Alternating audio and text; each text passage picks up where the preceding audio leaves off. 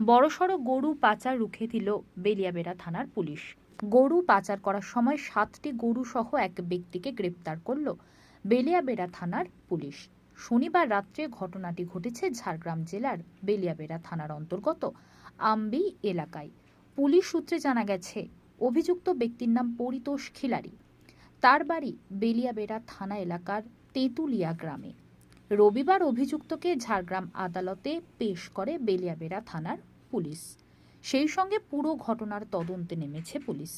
Police সূত্রে আরও জানা গিয়েছে, শনিবার রাত্রে বেলিয়াবেড়া থানার পুলিশ গোপন সূত্রে খবর পেয়ে বেলিয়াবেড়া থানার ওসি নীলু মণ্ডলের নেতৃত্বে অভিযান চালিয়ে একটি পিকআপ ভ্যানে 7টি গরু নিয়ে যাওয়ার সময় বেলিয়াবেড়া থানার আম্বি এলাকায় পুলিশ পিকআপ ভ্যানটিকে আটক করে।